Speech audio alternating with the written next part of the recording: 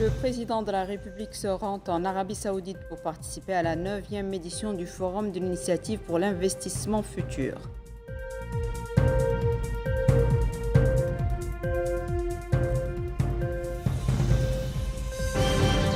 Le président de la République supervise dans la wilaya du Trarza le lancement de la campagne de culture maraîchère et la pose de la première pierre pour l'aménagement du projet du canal d'irrigation SECAM.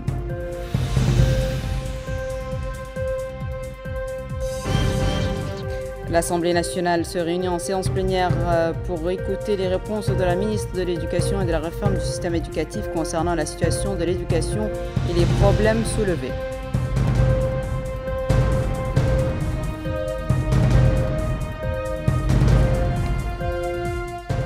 Bonsoir mesdames, mesdemoiselles et messieurs, merci de vous joindre à nous. Le président de la République, M. Mohamed El-Cheikh Al-Ghazouani, a quitté Nouakchott jeudi soir à destination de Riyad, Royaume d'Arabie Saoudite, pour participer aux travaux de la 9e édition du Forum de l'initiative pour l'investissement futur qui se tiendra lundi prochain, 27 octobre 2025. Le président de la République a été salué à son départ à l'aéroport international de Nouakchott au Moutounsi par son Excellence le Premier ministre, M. Mokhtar Ould Diaye, le ministre secrétaire général de la présidence de la République, M. Moulaïr Mohamed Laghdaf, les ministres conseillers à la présidence de la République, M. Mohamed Mahmoud El-Cheikh Abdallah Ibn Bouye et Mme Aïssa Taba Yahya, le ministre de la Justice, M. Mohamed El Soueydad, le ministre de la Défense et des Affaires des retraités et des enfants des martyrs, M. Hanan Ould Sidi, le ministre de l'Intérieur, de la décentralisation et du développement local, M. Mohamed Ahmed El-Mohamed Lemine, le chef d'état-major particulier du président de la République, le général de division Mohamed El-Mokhtar Cheikh Manni,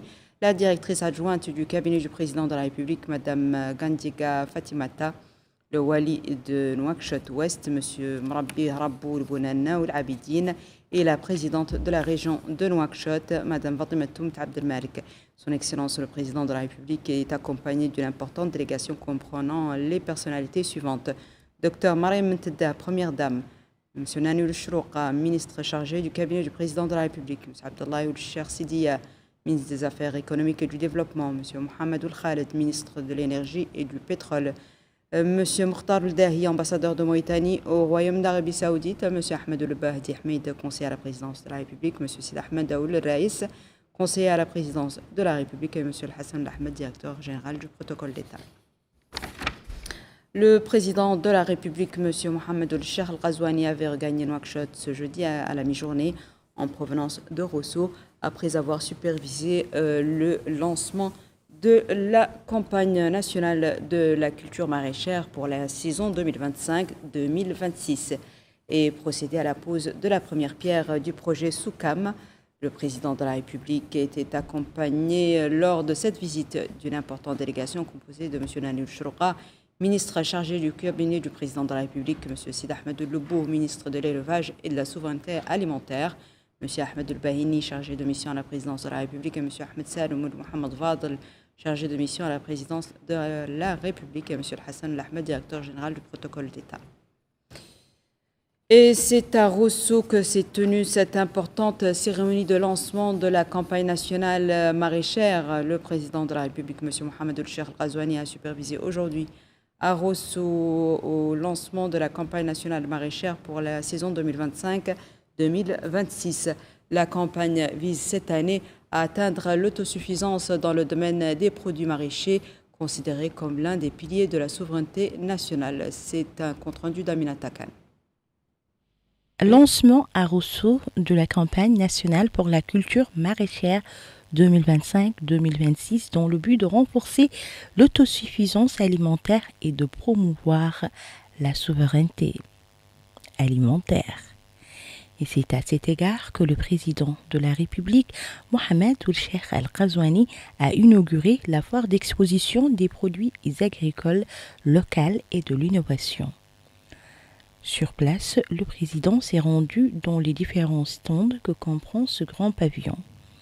Il a reçu des explications se rapportant au périmètre aménagé à la production attendu par an au nombre d'emplois créés, mais aussi au financement. Ces explications lui ont été fournies de la part des cadres du ministère de l'Agriculture et de la Souveraineté alimentaire qui n'ont pas manqué de rappeler le plan stratégique du département qui vise à atteindre l'autosuffisance et à doubler la production locale dans le but de réduire l'importation de certains produits agricoles. Le président de la République s'est aussi rendu dans les stands des sociétés privées nationales et étrangères. Il s'est ensuite enquis des équipements agricoles utilisés dans les domaines de la culture, de la préparation, de l'irrigation, du curage des cours d'eau et des moissonneuses-batteuses.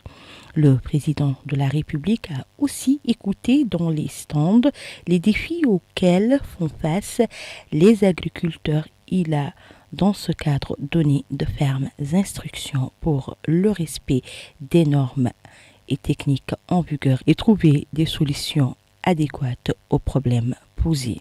Il faut rappeler que la wilaya du Trarza est une wilaya agro-silvo-pastorale par excellence et que lors de la campagne dernière, plus de 34% de la production a été doublée pendant la campagne d'hiver et 4000 hectares pour la campagne d'été avec une production totale de 24 000 tonnes de légumes. Les semences ont augmenté de 800 tonnes et 70 km de culture ont été aménagés en plus de la mobilisation de motopompes agricoles, des pompes solaires ainsi que la préparation de l'aménagement de 40 sites agricoles. L'aménagement de d'autres périmètres va permettre cette année, sans nul doute, de doubler la capacité de production locale. Dans la foulée de cette cérémonie, le président de la République a également procédé à la pose de la première pierre d'un autre projet structurant pour l'agriculture nationale. Le président de la République, M. Mohamed El-Cheikh Al-Ghazouani, a procédé à Rosso, capitale de la wilaya du Trarza, à la pose de la première pierre des travaux d'aménagement de l'affluent du canal Soukam. Le projet d'aménagement de l'affluent Soukam constitue l'un des projets majeurs traduisant la transformation structurelle des infrastructures agricoles du pays. Retour à Minataka. Le président de la République, Mohamed El-Cheikh Al-Ghazouani, a posé la première pierre du projet du canal de Soukam. Le projet va permettre de creuser et de réhabiliter 34 km à partir du fleuve Sénégal dans le but d'irriguer environ 16 000 hectares de terres agricoles fertiles pour contribuer à l'extension des surfaces aménagées et à la promotion de la production locale de légumes et de céréales pour l'amélioration de la gestion des ressources en eau. Il faut dans ce cadre noter que les réalisations agricoles de la wilaya du Trarza permettront de gagner en production et d'obtenir une valeur ajoutée pour atteindre l'autosuffisance alimentaire. À ce propos, le directeur des infrastructures de la SONADER s'est exprimé. Le projet SOCAM a pour objectif d'améliorer la sécurité alimentaire, de lutter contre la pauvreté, améliorer la résiliation de la population locale, mais justement promouvoir l'entrepreneuriat privé. Et à travers ça, effectivement, nous allons, à travers l'entretien du cours de SOCAM, qui est de 34 km, donc nous allons sécuriser une superficie de 16 000 hectares, dont actuellement 4 000 sont déjà exploités. Mais le reste, nous aurons effectivement l'aménagement de 3 000 hectares qui sera financé par l'État au profit de la population locale. Et 8 000 hectares qui seront financés par les promoteurs privés pour l'introduction des technologies de pointe, mais aussi la production de produits maraîchers et fourragers, mais avec une forte implication de la population locale. Il est à noter que l'engagement des pouvoirs publics a œuvré pour la réalisation de la vision stratégique pour le développement des secteurs de l'agriculture avec ses partenaires a porté ses fruits au cours de ces dernières années. Une série de discours a ensuite marqué cette cérémonie, revenant largement sur la portée et les retombées de ces deux projets. Le ministre de l'Agriculture et de la Souveraineté alimentaire, le président du patronat mauritanien et le président de la Fédération des agriculteurs ont successivement loué l'événement. Synthèse de ces discours avec Bokar Bailapa. Le ministre de l'Agriculture et de la Souveraineté alimentaire, Sid Ahmed Oulbou, a déclaré que l'attention particulière accordée par le président de la République, M. Mohamed Ould-Cheikh Al-Ghazouani, à travers son programme Mon ambition pour la patrie, ont permis d'élaborer et intégrer des stratégies visant à promouvoir l'économie nationale et augmenter de manière constante la contribution du secteur agricole au cycle économique.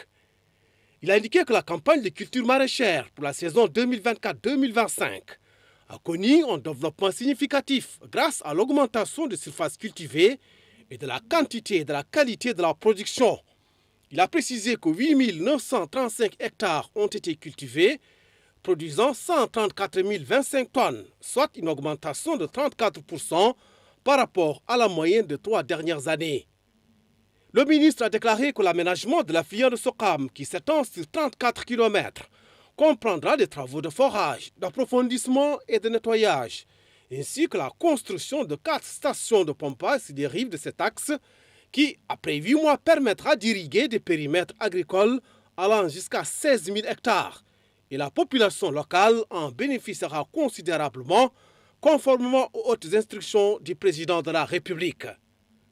Autre allocution, c'est celle prononcée par le président de l'Union nationale du patronat mauritanien, Mohamed Zine Abidine Ould-Cheikh Ahmed, qui a souligné que le secteur agricole, notamment la filière des légumes, a connu au cours des 4 dernières années une transformation qualitative dynamique et des changements profonds grâce à la vision stratégique exprimée par le président de la République, M. Mohamed Ould-Cheikh Al-Ghazouani, en 2022 au Palais de Congrès, où il a exhorté les acteurs économiques nationaux à investir dans l'agriculture.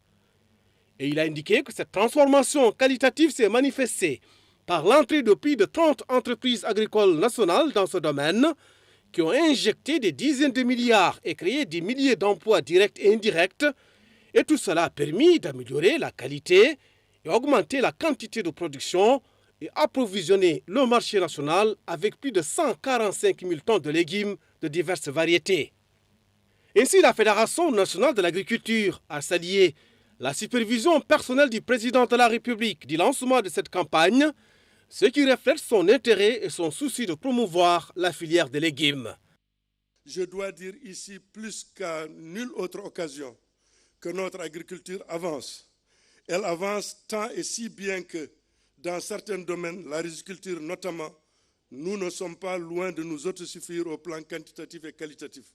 Toutefois, au regard des énormes potentialités dont nous disposons, nous sommes légitimement fondés à nourrir davantage d'ambition. L'activité maraîchère et horticole dont il est question aujourd'hui suscite beaucoup d'intérêt et d'engouement.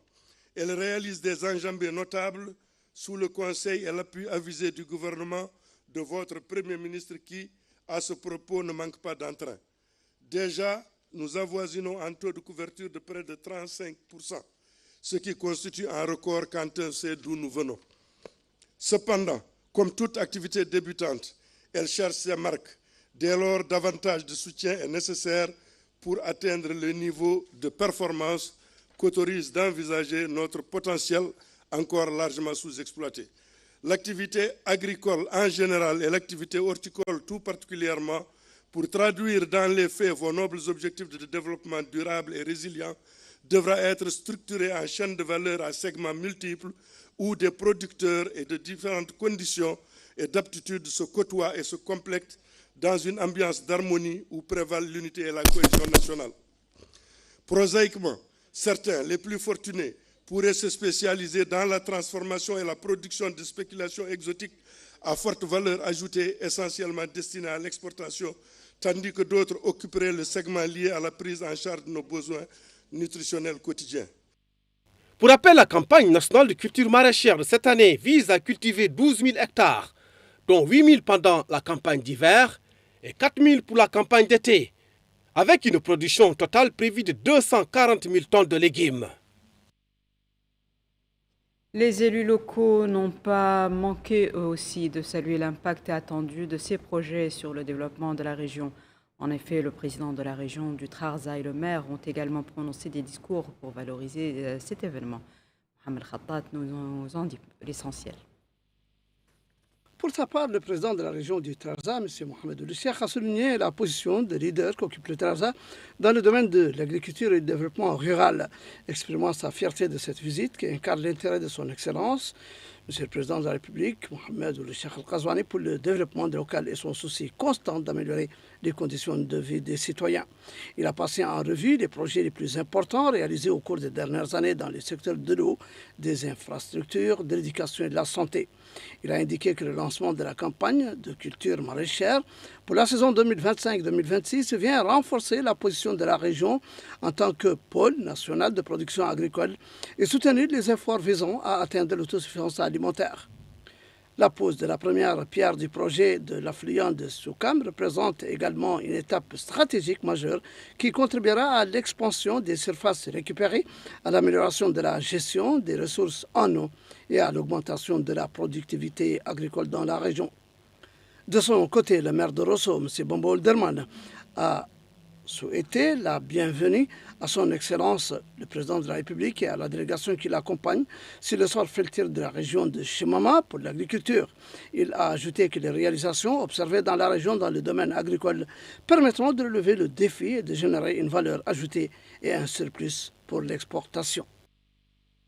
Rappelons que le Président de la République était arrivé dans la matinée à Rosso pour superviser la cérémonie de lancement de la campagne nationale maraîchère 2025-2026 et la cérémonie de pose de la première pierre du canal d'irrigation de Sokam. Le président de la République a été accueilli à la passerelle de l'avion par le Wali du Trarza, M. Ahmed Daoud Sidibba, le président du conseil régional du Trarza, M. Mohamed Ould Cheikh, le Hakim de la Mqata'a de Rosso, M. Khedrat Mohamed Val, le maire de la commune de Rosso, M. Bamba Oldaraman, et les commandants des structures militaires et sécuritaires.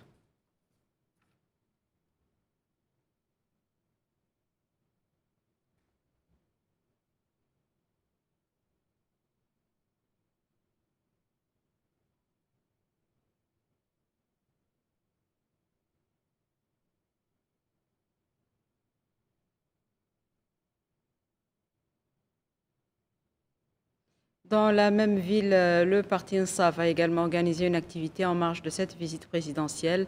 Le parti a un rassemblement de sensibilisation dans le cadre des préparatifs de la visite aujourd'hui du président de la République, M. Mohamed Ould Cheikh Al-Ghazouani, dans la wilaya du Trarza. Le rassemblement a réuni de nombreux cadres, dirigeants et militants du parti.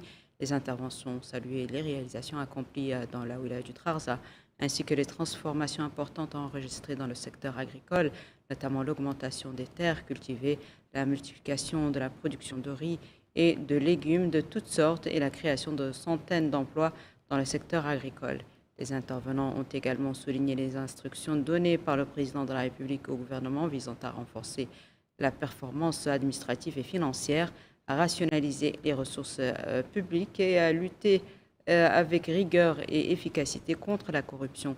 Tous les intervenants lors du rassemblement du parti ont insisté sur la nécessité d'intensifier la mobilisation pour accueillir le président de la République et saluer son choix de la wilaya pour le lancement de la campagne nationale de plantation de légumes et la pose de la première pierre du projet du canal Soukam d'irrigation des exploitations agricoles. Retour maintenant à Nouakchott où sur le plan institutionnel, l'Assemblée nationale s'est penchée ce matin sur des questions relatives au système éducatif. La séance plénière était consacrée à l'audition des réponses de la ministre de l'Éducation et de la réforme du système éducatif. Deux questions orales portant sur la situation de l'enseignement et les problèmes rencontrés par le secteur. Bokar Bailaba. La question de la députée Aziza Jidou portait sur les difficultés majeures auxquelles l'éducation nationale est confrontée, comme la faiblesse de ses allocations et la surpopulation des classes. Elle s'est interrogée sur la vision du secteur pour résoudre ces problèmes, notamment dans la ville de Nouadhibou. Quant à la question de la députée Khadijatou Abdoulaye Wane, elle portait sur l'importance de l'éducation pour établir des bases solides pour le développement de la société et la nécessité de donner la priorité au personnel éducatif dynamique. Elle a demandé des explications sur les politiques suivies par le Fonds de logement du secteur de l'éducation et sur le niveau de sa mise en œuvre. En réponse aux deux questions, la ministre de l'Éducation et de la réforme du système éducatif, Mme Houda Baba, a déclaré que toute réforme éducative nécessite du temps, car c'est une réforme cumulative et structurelle. Soulignant qu'elle en sont à la 4e année de la réforme dont les fondations ont été posées par le président de la République, M. Mohamed Cheikh Al-Ghazouani, à travers l'école républicaine où tout le monde commence à récolter les fruits de cette graine plantée avec le lancement de l'école républicaine. Elle a précisé que ce projet stratégique a été accompagné d'efforts et de travaux colossaux, qu'il s'agisse des ressources humaines, des infrastructures éducatives, de l'amélioration des conditions des enseignants ou de la bonne gouvernance, soulignant que le secteur éducatif a recruté depuis 2019 jusqu'à présent plus de 13 000 enseignants et construit 5 400 salles de classe, dont 1 200 salles en 2025. Il a indiqué que le président de la République lancera en novembre prochain le programme prioritaire d'accès aux services essentiels pour le développement local, avec une enveloppe financière d'environ 255 milliards d'enseignants, dont l'éducation aura la plus grande part, soit près de 73 millions d'enseignants alloués à la construction de 6 114 salles de classe dans le cadre de ce programme.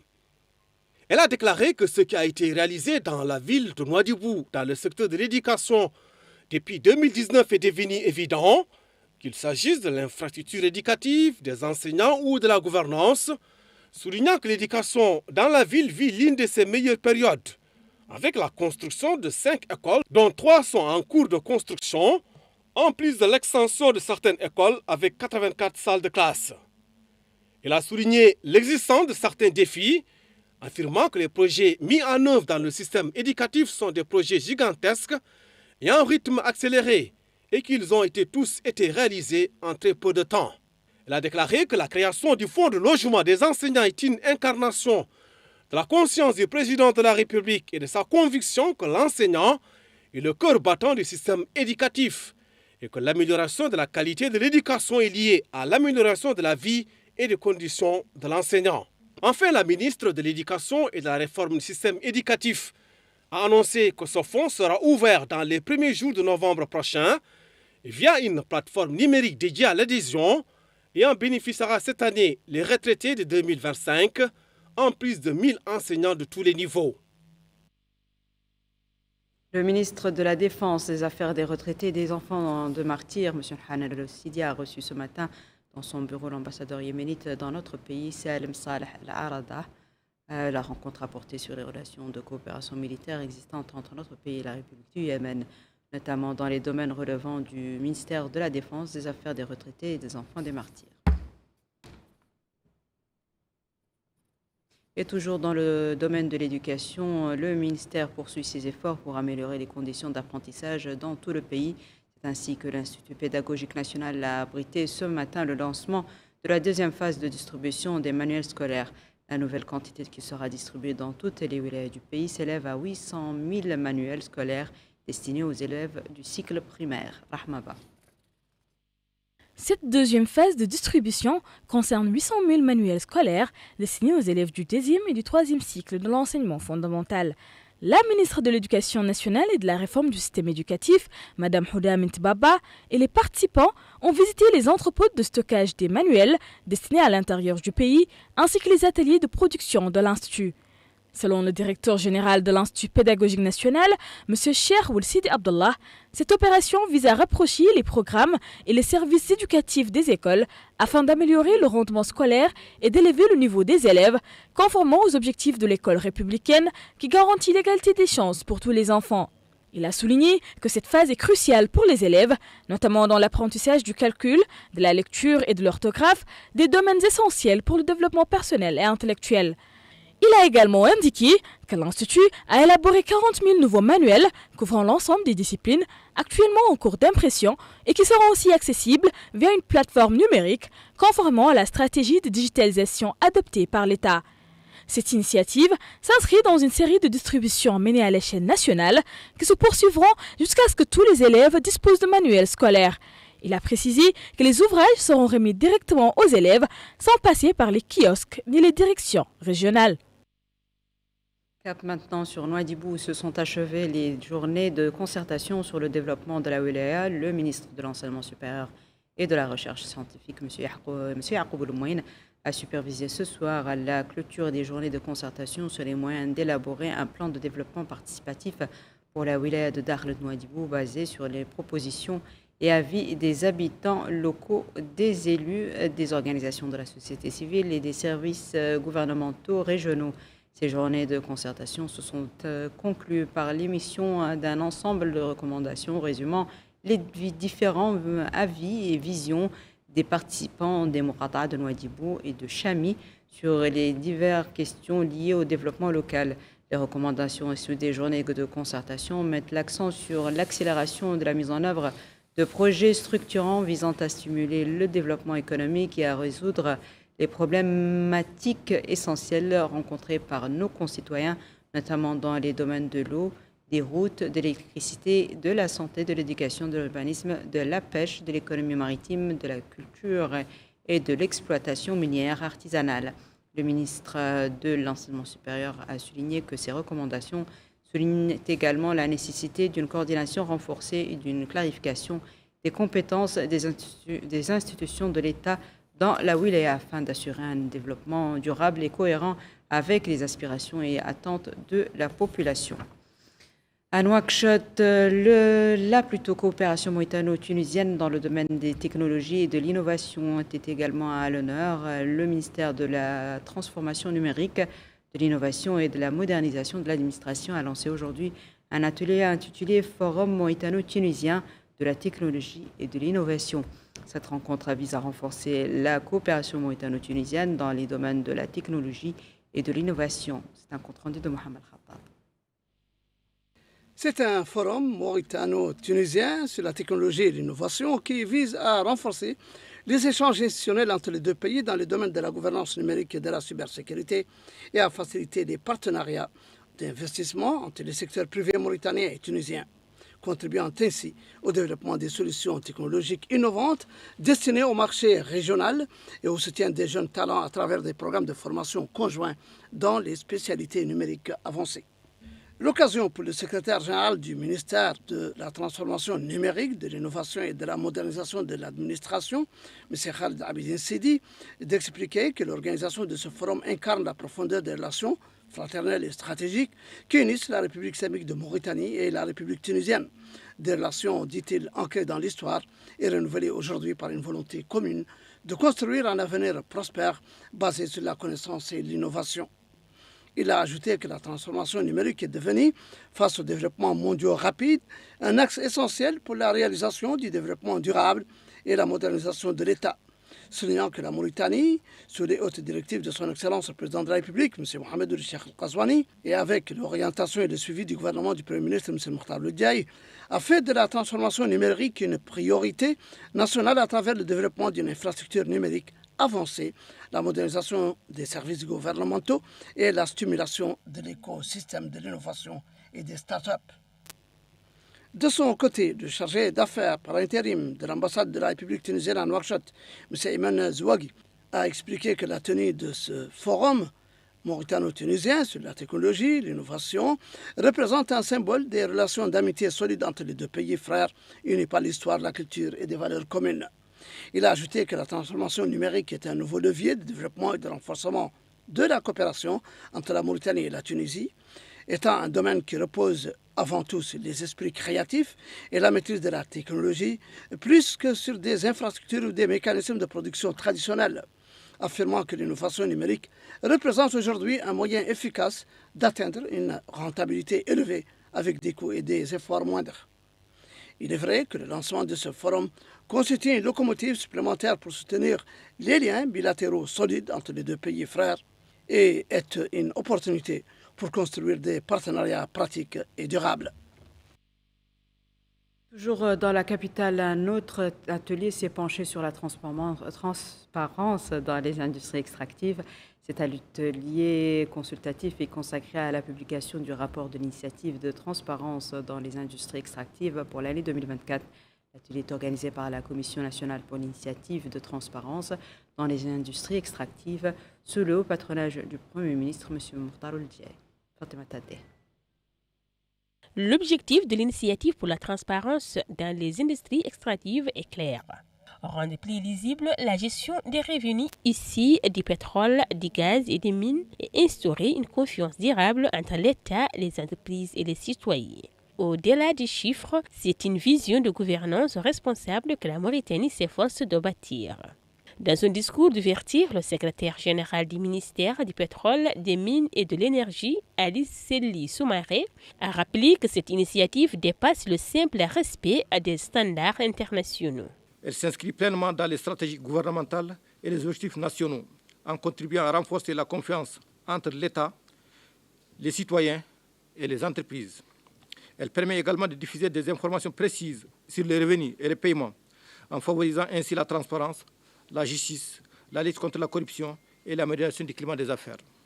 Le Comité national de l'AITI a supervisé la mise en œuvre de cette initiative dans toutes ses composantes, en mobilisant des efforts considérables pour renforcer la gouvernance institutionnelle, accompagner les réformes du secteur extractif et sensibiliser les parties prenantes. Pour la coopération allemande, partenaire de longue date, cet atelier constitue un moment essentiel. Madame Fanteso, conseillère technique à la GIZ, met l'accent sur l'importance de cette rencontre. L'atelier d'aujourd'hui constitue un moment essentiel pour diffuser largement les résultats du rapport ITIE 2024, mais aussi pour encourager la réflexion collective sur les enseignements et les perspectives à venir. La transparence n'est pas une fin en soi, c'est un levier de confiance, de bonne gouvernance et de développement durable au bénéfice de tous et pour les communautés locales. Je voudrais réaffirmer par ce discours la volonté de la coopération allemande de poursuivre les engagements aux côtés du gouvernement mauritanien et des partenaires de l'ITIE pour consolider les acquis, renforcer la participation citoyenne, mais aussi promouvoir une gestion équitable et durable des ressources naturelles. Il faut dire qu'en plaçant la transparence au cœur de son action, la Mauritanie confirme sa volonté de faire de la bonne gouvernance un pilier de son développement. Le pays trace la voie d'une exploitation responsable de ses richesses au service de tous. Et pour terminer cette édition, un mot sur les médias et l'innovation. La télévision de Mauritanie, Al-Mauritania, mise sur l'intelligence artificielle pour moderniser ses salles de rédaction. À cet effet, elle a lancé une session de formation sur l'utilisation de l'intelligence artificielle dans les salles de rédaction organisée en collaboration avec le réseau ARIGE pour le journalisme d'investigation. Cette formation bénéficie à un groupe de journalistes et de techniciens issus des différents départements de la chaîne mauritanienne. Elle vise également à rehausser le niveau professionnel et à développer les compétences des journalistes dans l'utilisation de l'intelligence artificielle, la vérification de l'exactitude des informations et le suivi des évolutions dans ce domaine.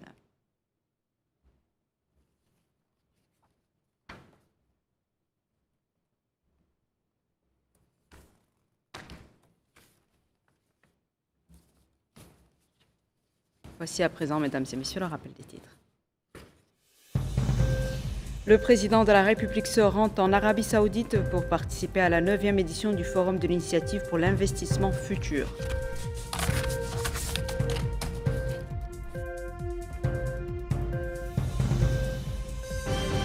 Le président de la République supervise dans la wilaya du Trarza le lancement de la campagne de culture maraîchère et la pose de la première pierre pour l'aménagement du projet du canal d'irrigation SECAM.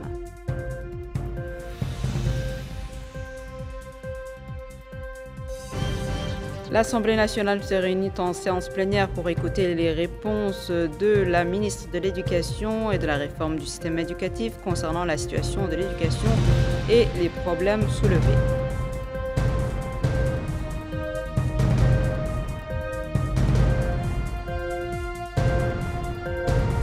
C'est la fin de ce journal, mesdames et messieurs. Merci à vous de nous avoir suivis. Merci de votre fidélité. On se retrouve demain à la même heure, Inch'Allah.